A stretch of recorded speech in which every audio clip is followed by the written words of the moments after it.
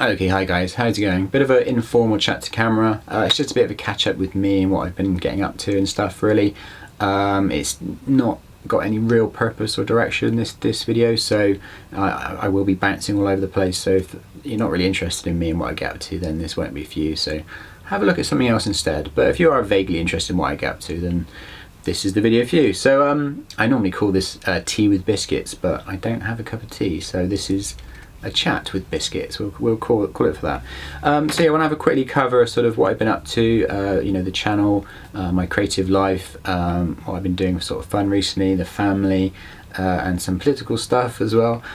So I think I'll put a little section for each one, because if you're not interested in that aspect of my life, then you can skip to the next thing. So I'll put a little sort of section up here to explain what I'm talking about, because it's nothing worse than sitting there or listening to someone talk about something that you have no interest in whatsoever. So first of all, one of the reasons why I've not been uploading much recently, well, there's two good reasons actually. One, I've been pretty busy with some fun creative commercial work.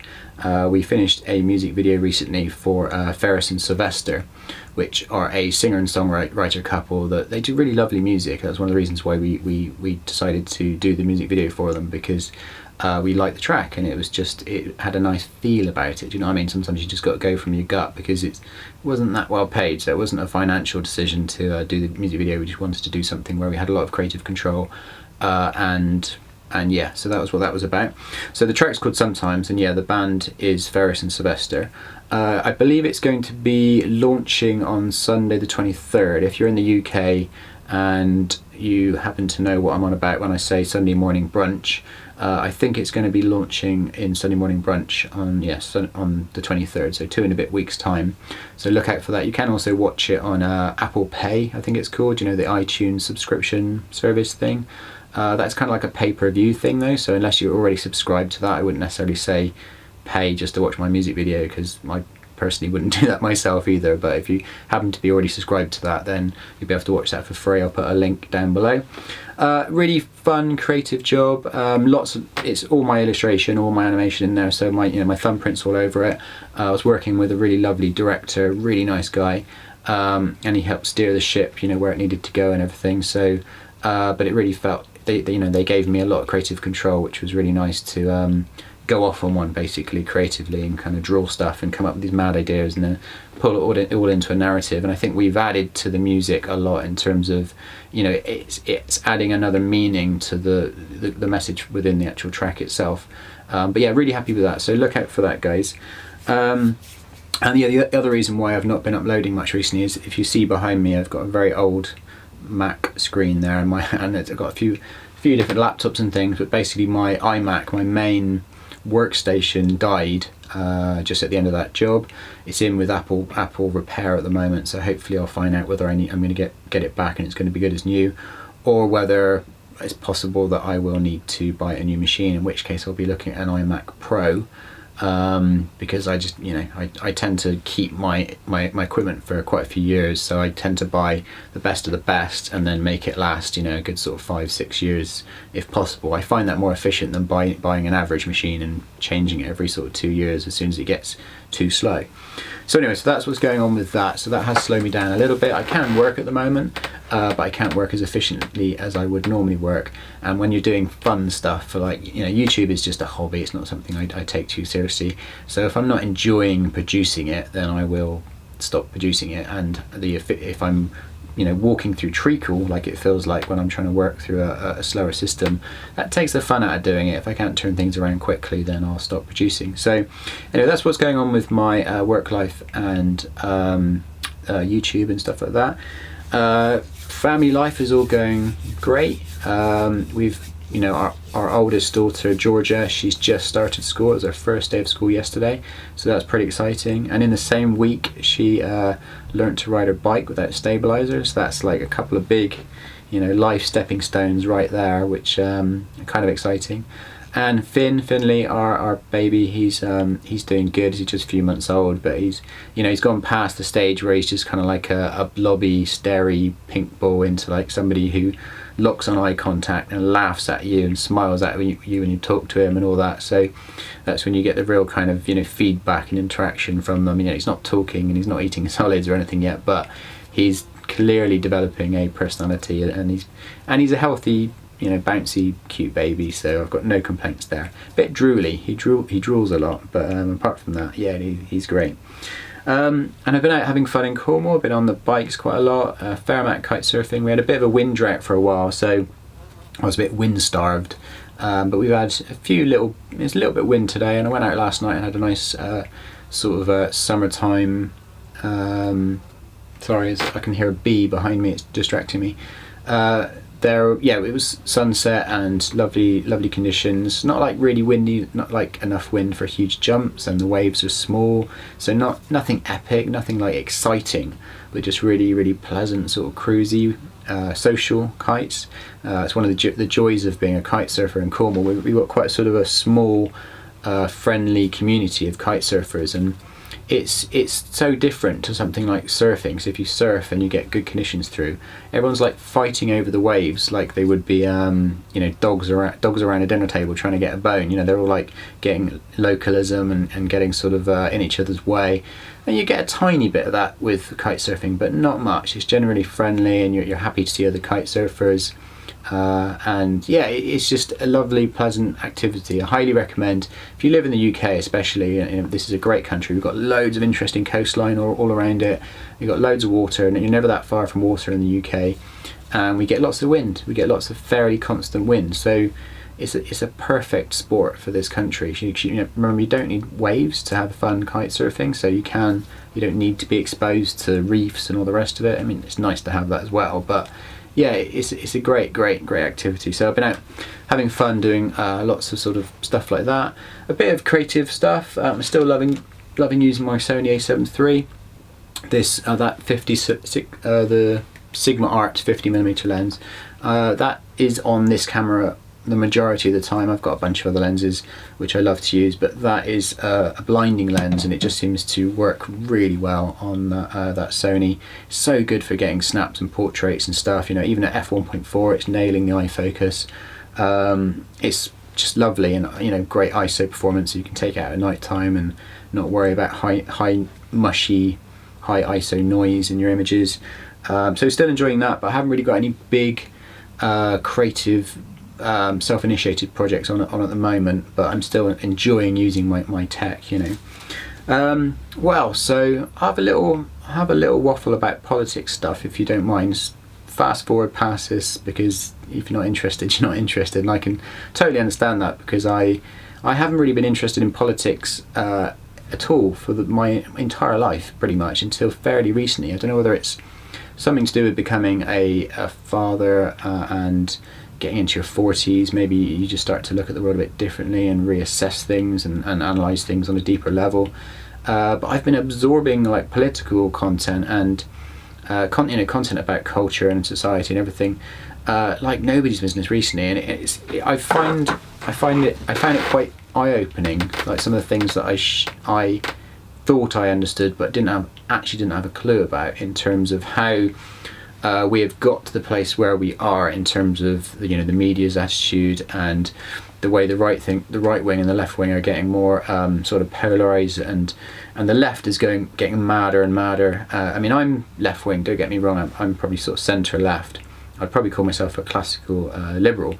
I mean, I did the political compass test recently, and I'm pretty much bang on where Gandhi is. I'm definitely quite sort of, although he had strict views, he was fairly sort of liberal about lots of things. But anyway, so yeah, I've been getting into learning about that and trying to figure out, because political correctness has gone insane. There's lots of things that if you like to think you live in a free Western society, things are going a bit tits up in terms of free speech is taking a big hit, especially here in the UK. People getting arrested for tweets and stuff. Like, in my opinion, you should be allowed to offend whoever the hell you like. If they're allowed to offend me, I'm allowed to offend them, then it's a fair level playing field. So I'm a big advocate for free speech. Incitement to riot or incitement to violence, that's different. That is different. If you're talking to a group of people and trying to get them to hurt other people, then that should be clamped down on. But if you're just insulting someone or calling someone out on something or insulting a religion or something like that, you should be allowed to do that. You should be allowed to offend. You know, we live in the free world. That is part of your rights. I mean, the Americans have got that right in terms of their, you know, amendments. They've got free speech. You know, I'm not okay. Freedom to carry a gun. That's a whole different thing. But they've got it right in terms of the free speech.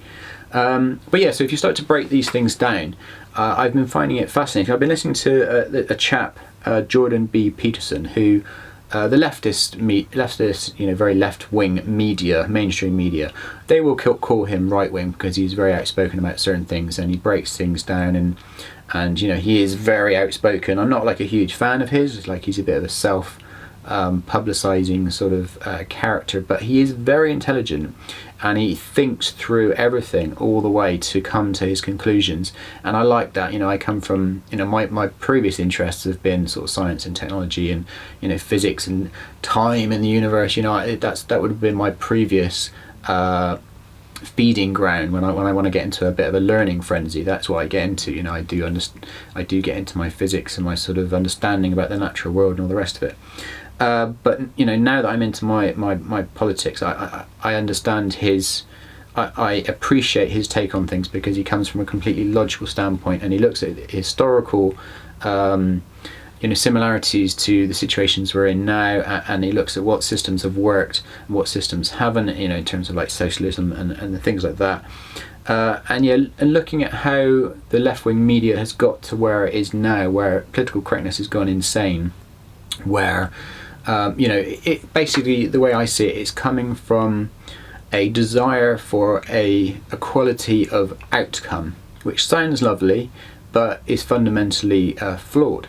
Equality of opportunity is what we should all be going for. That's what makes sense. I mean, that is more of a capitalist right-wing point of view, but it makes sense because if you have, like, you know, for instance, if you've got two people going for a job, there should be no barriers for either of those people getting a job, you know, whether it be female, male, whatever race they are, whatever ethnicity they are, whatever religion they are.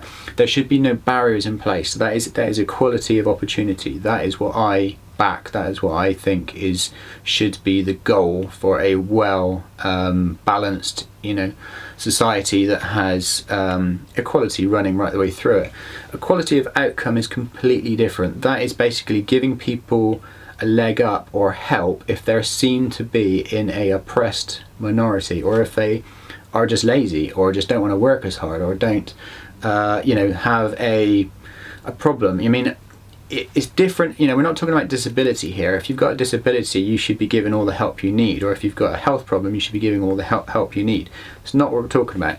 We're talking about things like you know, a woman more likely getting a job because she is a woman, regardless of her qualifications. The same thing for race, same thing for minorities, all the rest of it.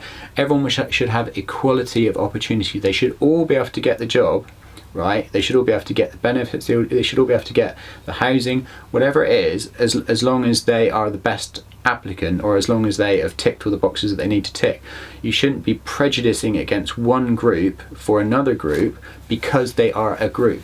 I mean, that comes from the whole socialist idea. It's a collectivist mentality where you put everyone into groups. People stop being individuals; they start being just a labelled group, and then you're giving leg ups to certain groups because you see them as an oppressed minority, or as a minority that are being held down by the man, basically. Which, that's when society starts to fuck up. You know, things go wrong because you're oppressing people in a different way. You're oppressing people that are seen to be the majority. You know, you're oppressing males, white people, Christians, whoever you see as the majority. You start to oppress them to help everyone else out, and that should not be the way. Everyone should have equal opportunity for everything.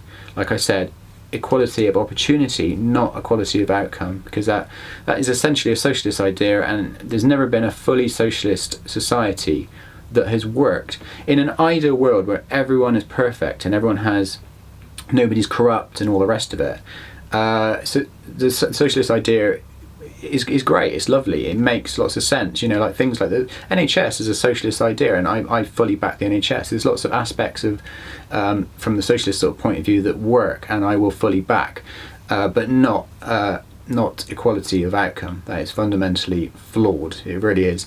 And like I was saying, in terms of in a perfect society, socialism would work. But I mean, look at Venezuela. They're socialists, and the whole thing is falling apart. And it's because you give loads and loads of power to a few people, and then they have the ability to do what they like with that power. And you're not in a sort of you're not in a system which you can then get rid of them quickly. So that's why, you know, Venezuela is completely falling apart and people are leaving the country as fast as they can at the moment. It's because socialism is a flawed ideology. Anyway, sorry, I'm getting off on one. But yeah, so the reason I'm getting into this is I would say, if you're kind of interested in this stuff, have a look at Jordan B Peterson's some of his speeches. He's done a couple of books which I haven't actually read yet. I've mostly been listening to his speeches. You know, I don't agree with everything he's saying, but he gets a lot right. He's a very, very smart individual. So, and listen to his reasoning. You have to understand his reasoning to get to the conclusions that he comes to. And it is purely logic based, and that's what I respect. I don't respect a visceral reaction to something because it doesn't sound quite right. Like, there has to be logical reasons for you know, intellectual decisions. I'm waffling now, but you get what I'm saying. It needs to be, things need to be thought through. Don't just go on the surface value and question the leftist mainstream media, because they've been lying to us and really twisting things a lot recently. So you know, I'm not right wing, don't get me wrong. I'm very central left, but the extreme left are as bad, if not worse, than the extreme right. Believe me. You know, you look at what some of the stuff that Antifa gets up to, and No Borders and stuff like that. They've really been doing some really dodgy stuff, and they're probably more dangerous than the extreme right wing. At least the extreme right wing are kind of obvious what they're up to. The extreme left wing are very good at getting into people's heads under the radar, without people really realising that they're becoming radical and they're getting radical points of view. Anyway, I'm completely waffling, so apologies for that. The other thing along those lines, ethics and worldview and stuff, I'm very much going down the vegan route as well, and I won't bang on about this because the one thing that everyone says about vegans, and is true, is that they always go on about being vegan. But it makes loads of sense. Like, you know, there's I'll leave a link down below to a speech that Philip Wollen, I believe his name is, gave. So it's quite an old speech now, but and, you know, he's a zealot. He takes things to extremes, but he's not wrong.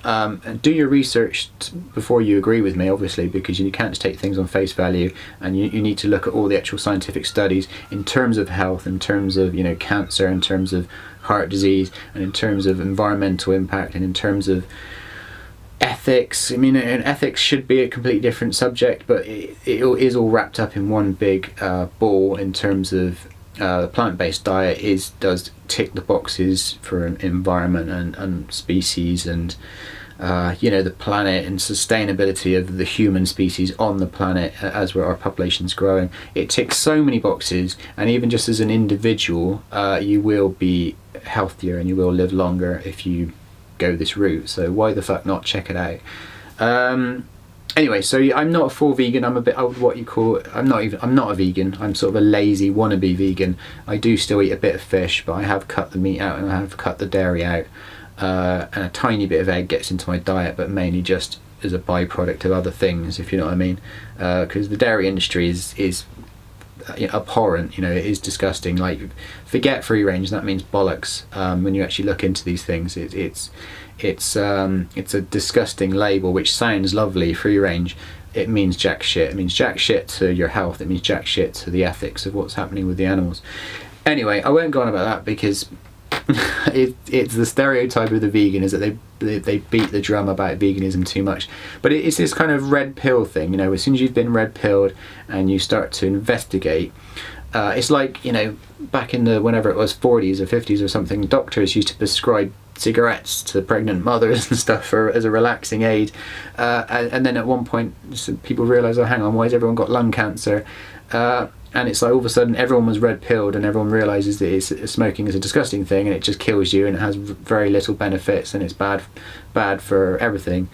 And it's that blinkers being sort of removed thing that if you do your research and you find out about these things, you suddenly realise, why the hell didn't I know this before? And so you want other people to have that experience of this, you know, they call it woking, or, you know, a sort of a awakening or something. It's pretentious nonsense, but it's just suddenly realising that you've kind of not thought about things, you know, in terms of, you know, from an evolutionary standpoint, it doesn't make any sense for us to drink milk.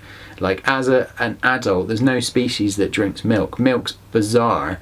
And it's doubly bizarre to drink milk from another species. It's like, you know, there's hormones and crap in there which feeds cancer, that directly feeds cancer. And anyway, I won't go on about it, but check it out. I'll put a couple of links down below in case you're vaguely interested in this stuff. Anyway, that's enough of me ranting about stuff, but I just thought I'd give a general sort of catch up about myself and what's been going on, and my creative life and my family life and my fun life. And yeah, I mean, hopefully when I get my system back, or if I get a new iMac Pro, my production will ramp up again and you'll see a lot more videos from me.